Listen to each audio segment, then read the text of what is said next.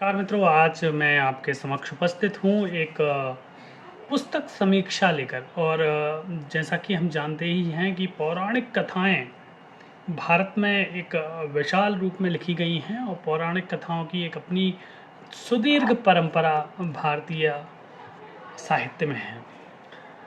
आज मैं जिस पुस्तक की बात करने जा रहा हूँ वो पौराणिक कथा तो है, मगर इसका जो कथानक है अथवा कथा है वह वास्तव में किसी लेखिका का स्वप्न है।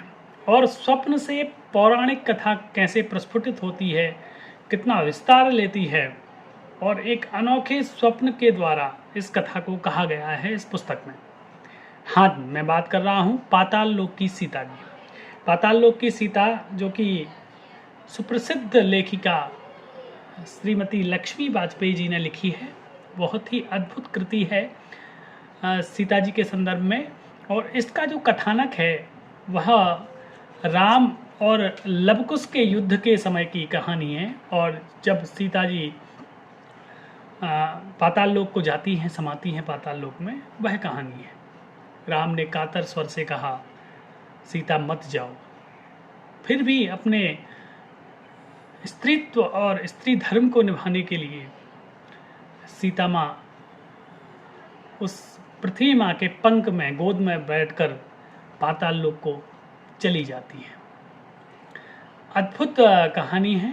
मैं बात करूँगा श्रीमती लक्ष्मी वाजपेयी जी की, आदरणीय की।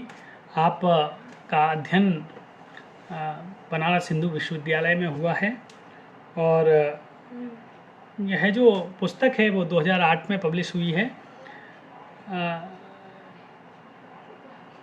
और जो इसकी अद्भुत इस कृति की बात है वह यह है कि पाताल लोक में पहुंचने पर सीता जी ने क्या किया, वो क्या कार्य होंगे, क्या हुआ उनका पाताल लोक में जाकर, क्या किया होगा, यह सब कल्पना की वस्तु ही रही है। पृथ्वी माँ ने सीता को अंक में लिया, सिंहासन पर बैठकर शरीर पाताल लोक में समा जाती हैं